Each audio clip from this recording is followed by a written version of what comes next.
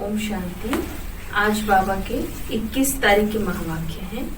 बाबा ने आज कहा है, मीठे बच्चे, बाप तुम्हें पढ़ा रहे हैं खूबसूरत देवी देवता बनाने के लिए। खूबसूरती का आधार है पवित्रता, सुंदरता का आधार है प्योरिटी। इसीलिए सतयुग में देवी देवताएं जो हैं वो तन और मन, आत्मा भी प्योर है, तन भी प्योर है, और इसीलिए वहां पे नेचुरल ब्यूटी होती है। प्रश्न बाबा ने पूछा, रूहानी क्षमा पर जो परवाने फिदा होने वाले हैं उनकी निशानी क्या होगी? बाबा ने उत्तर दिया, फिदा होने वाले परवाने, पहली निशानी है क्षमा जो है जैसी है उसे यथार्थ रूप से जानते और याद करते हैं। दूसरा, फिदा होना माना बाप समान बनना। तीसरा, फिदा होना माना बाप से भी ऊंच राजाई का अधिकारी बन जाना। गीत है, महफिल में जल उठी क्षमा परवाने के लिए। ओम शांति। मीठे मीठे रूहानी बच्चों ने यह गीत की लाइन सुनी। यह कौन समझाते हैं? रूहानी बाप। वह क्षमा भी है, नाम ढेर के ढेर रखे हैं, बाप की स्तुति भी बहुत करते हैं। यह भी परमपिता परमात्मा की स्तुति है ना।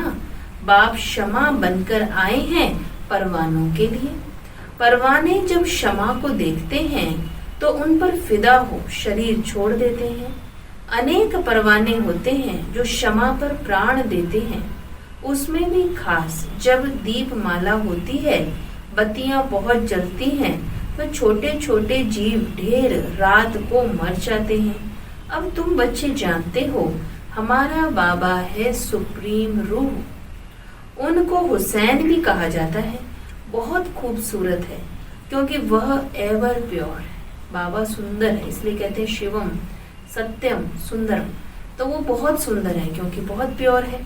आत्मा प्योर बन जाती है तो उनको शरीर भी प्योर नेचुरल सुंदर मिलता है। शांति धाम में आत्माएं पवित्र रहती हैं। फिर जब यहाँ आती हैं पाठ बजाने तो सतो प्रधान से सतो रजो तमो में आती हैं। फिर सुंदर से शाम अर्थात काली इम्प्योर बन जाती है। आत्मा जब पवित्र है तो गोल्डन एज कही जाती है। उनको फिर शरीर भी गोल्डन एज मिलता है। दुनिया भी पुरानी और नई होती है। वही हसीन परमपिता परमात्मा जिसको भक्ति मार्ग में बुलाते रहते हैं, हे शिव बाबा, वह निराकार परमपिता परमात्मा अब इस सृष्टि पर आया हुआ है।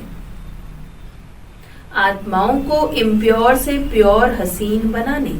ऐसे नहीं, आजकल जो बहुत खूबसूरत हैं उनकी आत्मा पवित्र है नहीं। भल शरीर खूबसूरत है फिर भी आत्मा तो पतित है ना। विलायत में कितने खूबसूरत बनते हैं, जानते हो। ये लक्ष्मी नारायण है सतयुगी खूबसूरत, और यहाँ है हेल के खूबसूरत। मनुष्य इन बातों को नहीं जानते। बच्चों को ही समझाया जाता है। यह है नर्क की खूबसूरती। सतयुग में आत्मा पवित्र है इसलिए वहाँ शरीर भी खूबसूरत है। आज कलयुग में भल किसी का शरीर खूबसूरत है लेकिन आत्मा तो खूबसूरत नहीं है क्योंकि आत्मा प्योर नहीं है। हम अभी स्वर्ग के लिए नेचुरल सुंदर बन रहे हैं। 21 जन्मों के लिए ऐसे सुंदर बनेंगे। यहाँ की खूबसूरती तो एक जन्म के लिए है। यहाँ बाबा आया हुआ है। सारी दुनिया के मनुष्य मात्र तो क्या, दुनिया को भी खूबसूरत बनाने। बाबा आकर आत्माओं के साथ साथ प्रकृति को भी सुंदर बना देता है। सतयुग नई दुनिया में थे ही खूबसूरत देवी देवताएं। वह बनने के लिए अभी तुम पढ़ते हो। बाप को क्षमा भी कहते हैं परंतु है परम आत्मा। जैसे तुमको आत्मा कहते हैं वैसे उनको परम आत्मा कहते हैं। तुम बच्चे बाप की महिमा गाते हो, बाप फिर बच्चों की महिमा करते हैं। तुमको ऐसा बनाता हूँ जो मेरे से भी तुम्हारा मर्तबा ऊंच है। मैं जो हूँ जैसा हूँ, जैसे मैं पाठ बजाता हूँ, यह और कोई नहीं जानते। अभी तुम बच्चे जानते हो कैसे हम आत्माएं पाठ बजाने के लिए परम धाम से आती हैं। हम शूद्र कुल में थी, फिर अब ब्राह्मण कुल में आई हैं। यह भी तुम्हारा वर्ण है और कोई धर्म वालों के लिए यह वर्ण नहीं है। उन्हों के वर्ण नहीं होते, उनका तो एक ही वर्ण है, क्रिश्चियन ही चले आते हैं। हाँ, उनमें भी सतो रजो तमो में आते हैं। बाकी यह वर्ण तुम्हारे लिए है। सृष्टि भी सतो रजो तमो में आती है। यह सृष्टि चक्र बेहद का बाप बैठ समझाते हैं। जो बाप ज्ञान का सागर, पवित्रता का सागर है, खुद कहते हैं मैं पुनर्जन्म नहीं लेता हूँ। भल शिव जयंती भी मनाते हैं, परंतु मनुष्यों को यह पता नहीं है कि वह कब आते हैं। उनकी जीवन कहानी को भी नहीं जानते। बाप कहते हैं मैं जो हूँ, जैसा हूँ, मेरे में क्या पाठ है, सृष्टि चक्र कैसे फिरता है, यह तुम बच्चों को मैं कल्प कल्प आकर समझाता हूँ। तुम जानते हो हम सीढ़ी उतरते उतरते अब तमो प्रधान बन गए हैं। 84 जन्म भी तुम लेते हो। पिछाड़ी में जो आते हैं उनको भी सतो रजो तमो में आना ही है। तुम तमो प्रधान बनते हो तो सारी दुनिया तमो प्रधान बन जाती है। आत्मा तमो प्रधान होती है तो प्रकृति भी, पूरी सृष्टि तमो प्रधान हो जाती है। फिर तुमको तमो प्रधान से सतो प्रधान जरूर बनना है। यह सृष्टि चक्र फिरता रहता है। अभी है कलयुग, उसके बाद फिर सतयुग आएगा। कलयुग की आयु पूरी हुई। बाप कहते हैं मैंने साधारण तन में हूबहू कल पहले मुआफिक प्रवेश किया है। फिर से तुम बच्चों को राजयोग सिखाने के लिए। योग तो आजकल बहुत है, बैरिस्ट्री योग, इंजीनियरिंग योग। बैरिस्ट्री पढ़ने के लिए बैरिस्टर के साथ बुद्धि का योग लगाना होता है। हम बैरिस्टर बन रहे हैं तो पढ़ाने वाले को याद करते हैं। उनको तो अपना बाप अलग है, गुरु भी होगा तो उनको भी याद करेंगे। तो भी बैरिस्टर के साथ बुद्धि का योग रहता है। आत्मा ही पढ़ती है। पढ़ती कौन है? आत्मा।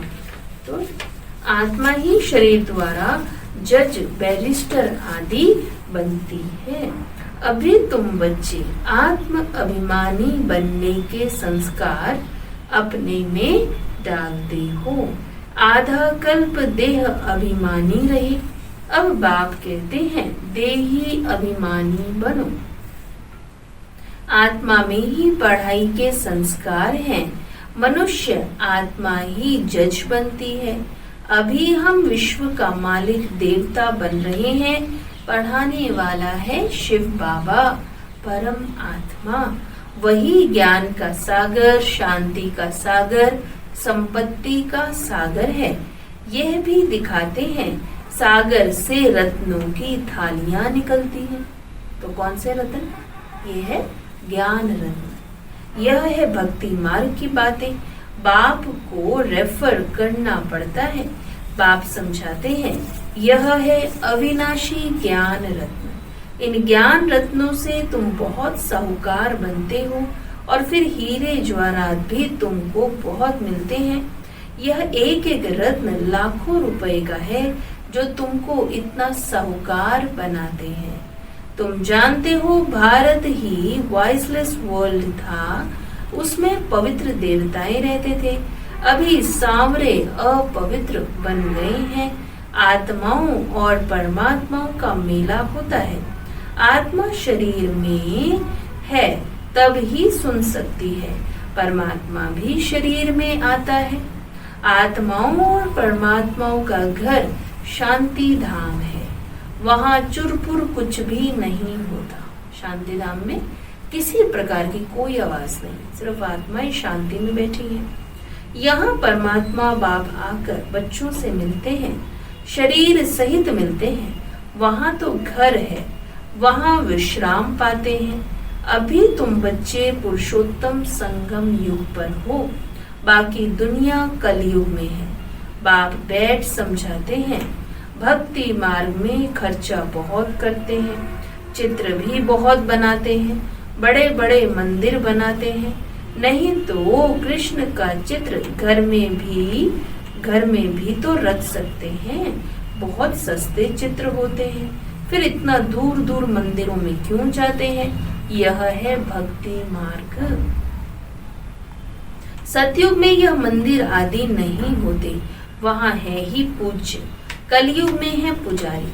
तुम अभी संगम युग पर पूज्य देवता बन रहे हो, अभी तुम ब्राह्मण बने हो। इस समय तुम्हारा यह अंतिम पुरुषार्थी शरीर मोस्ट वैल्यूएबल है। ये हमारा अंतिम जन्म का शरीर मोस्ट वैल्यूएबल है, इसलिए इसकी भी संभाल रखनी है। अर्थात संभाल का मतलब ये नहीं कि देह अभिमान में आ जाए। संभाल का अर्थ है इसको भी स्वस्थ रखना है, तन को स्वस्थ रख करके और पुरुषार्थ करना है।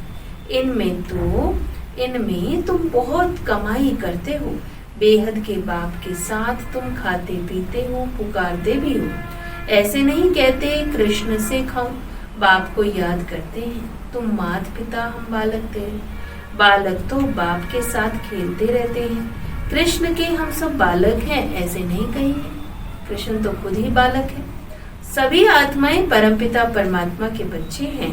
आत्मा शरीर द्वारा कहती है, आप आएंगे तो हम आपके साथ खेलेंगे, खाएंगे, सब कुछ करेंगे। तुम कहते ही हो बाप दादा, तो जैसे घर हो गया, बाप दादा और बच्चे। यह ब्रह्मा है बेहद का रचयिता। बाप इनमें प्रवेश कर इनको एडॉप्ट करते हैं। इनको कहते हैं तुम मेरे हो। यह है मुख वंशावली। जैसे स्त्री को भी एडॉप्ट करते हैं ना, तो वह भी मुख वंशावली ठहरी। कहेंगे तुम मेरी हो, फिर उनसे कुख वंशावली बच्चे पैदा होते हैं। यह रस्म कहाँ से चली? बाप कहते हैं मैंने इनको एडॉप्ट किया है ना, इन द्वारा तुमको एडॉप्ट करता हूँ, तुम मेरे बच्चे हो। परंतु यह है मेन, तुम सभी को संभालने के लिए फिर सरस्वती को भी एडॉप्ट किया है। उनको माता का टाइटल मिला, सरस्वती नदी। यह नदी माता हुई ना, बाप सागर है, यह भी सागर से निकली हुई है। ब्रह्मपुत्र नदी और सागर का बहुत बड़ा मेला लगता है। ऐसा मेला और कहाँ लगता नहीं, वह है नदियों का मेला। यह है आत्माओं और परमात्मा का मेला। वह भी जब शरीर में आते हैं तब मेला लगता है। बाप कहते हैं मैं हुसैन हूँ, मैं इनमें कल्प कल्प प्रवेश करता हूँ। यह ड्रामा में नूंद है। तुम्हारी बुद्धि में सारे सृष्टि चक्र का ज्ञान है। इनकी आयु 5000 वर्ष है। इस बेहद की फिल्म से फिर हद की फिल्म बनाते हैं। जो पास्ट हो गया सो प्रेजेंट होता है, प्रेजेंट फिर फ्यूचर बनता है, जिसको फिर पास्ट कहा जाता है। पास्ट होने में कितना समय लग गया, नई दुनिया में आए कितना समय पास्ट हुआ, 5000 वर्ष हुए। तुम अभी हर एक स्वदर्शन चक्रधारी हो। तुम समझाते हो हम पहले ब्राह्मण थे फिर देवता बने। तुम बच्चों को अभी बाप द्वारा शांति धाम सुख धाम का वर्षा मिलता है। बाप आकर के 3 धर्म इकट्ठा स्थापन करते हैं, बाकी सबका विनाश करा देते हैं। वापस ले जाने वाला तुमको सतगुरु बाप मिला है। बुलाते भी हैं हमको सदगति में ले जाओ, शरीर को खलास कराओ। ऐसी युक्ति बताओ जो हम शरीर छोड़ शांति धाम चले जाएं। गुरु के पास भी मनुष्य इसलिए जाते हैं, परंतु वह गुरु तो शरीर से छुड़ाकर साथ में ले नहीं जा सकते। पतित पावन है ही एक बाप, तो वह जब आते हैं तो पावन जरूर बनना पड़े। बाप को ही कहा जाता है कालों का काल महाकाल। सभी को शरीर से छुड़ाकर साथ ले जाते हैं। यह है सुप्रीम गाइड, सभी आत्माओं को वापस ले जाते हैं। यह छीछी शरीर है, इनके बंधन से छूटना चाहते हैं। कहाँ शरीर छूटे तो बंधन छूटे। अभी तुमको इन सब आसुरी बंधनों से छुड़ाकर सुख के दैवी संबंध में ले जाता हूँ। तुम जानते हो हम सुख धाम में आएंगे वाया शांति धाम। फिर दुख धाम में कैसे आते हो यह भी तुम जानते हो। बाबा आते ही हैं शाम से सुंदर बनाने। बाप कहते हैं मैं तुम्हारा ओबीडियंट सच्चा फादर भी हूँ। फादर हमेशा ओबीडियंट होता है, सेवा बहुत करते हैं, खर्चा कर बढ़ाकर फिर सब धन दौलत बच्चों को देकर खुद जाए साधुओं का संग करते हैं, अपने से भी बच्चों को ऊंच बनाते हैं। यह बाप भी कहते हैं मैं तुमको डबल मालिक बनाता हूँ। तुम विश्व का भी मालिक हो तो ब्रह्मांड का भी तुम मालिक बनते हो। तुम्हारी पूजा भी डबल होती है, आत्माओं की भी पूजा होती, देवता वर्ण में भी पूजा होती, देवता स्वरूप की भी पूजा और शालिग्राम की भी पूजा। मेरी तो सिंगल सिर्फ शिवलिंग के रूप में पूजा होती। मैं राजा तो बनता नहीं हूँ, तुम्हारी कितनी सेवा करता हूँ।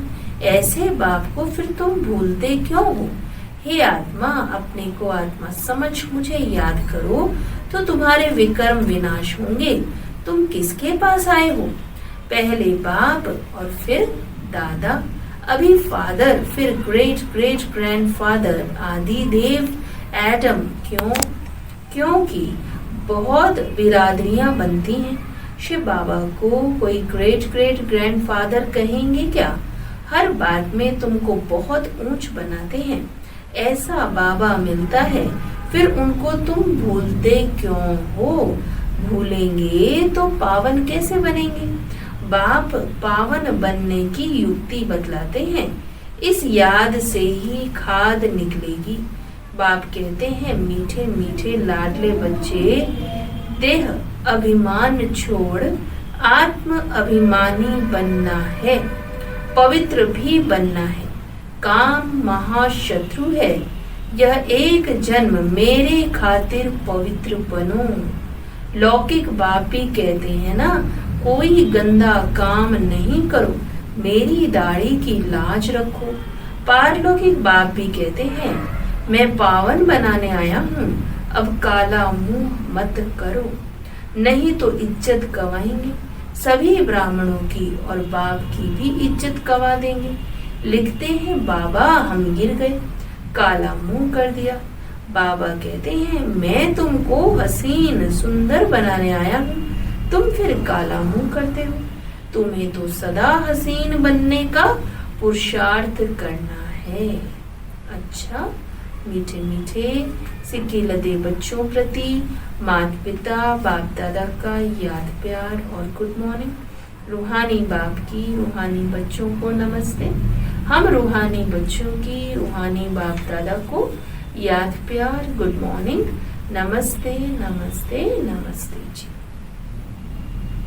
धारणा के लिए मुख्य सार है, यह अंतिम पुरुषार्थी शरीर बहुत वैल्यूएबल है, इसमें बहुत कमाई करनी है।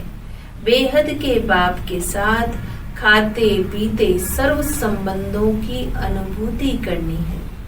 कोई भी ऐसा कर्म नहीं करना है जिससे ब्राह्मण परिवार की व बाप की इज्जत जाए। आत्म अभिमानी बन पूरा पवित्र बनना है। याद से पुरानी खाद निकालनी है। वरदान है, कलयुगी दुनिया के दुख अशांति का नजारा देखते हुए सदा साक्षी व बेहद के वैरागी भव। कलयुगी दुनिया के दुख अशांति का नजारा देखते हुए सदा साक्षी व बेहद के वैरागी भव। इस कलयुगी दुनिया में कुछ भी होता है, लेकिन आपकी सदा चढ़ती कला है। दुनिया के लिए हाहाकार है और आपके लिए जय जयकार है। आप किसी भी परिस्थिति से घबराते नहीं, क्योंकि आप पहले से ही तैयार हो। साक्षी होकर हर प्रकार का खेल देख रहे हो। कोई रोता है, कोई चिल्लाता है, साक्षी होकर देखने में मजा आता है। जो कलयुगी दुनिया के दुख अशांति का नजारा साक्षी होकर देखते हैं, वह सहज ही बेहद के वैरागी बन जाते हैं। स्लोगन है, कैसी भी धरनी तैयार करनी है तो वाणी के साथ वृत्ति से सेवा करो। कैसी भी धरनी तैयार करनी है तो वाणी के साथ वृत्ति से सेवा करो। इसलिए बाबा कहते वृत्ति से वायुमंडल का परिवर्तन करो। अच्छा, ओम शांति।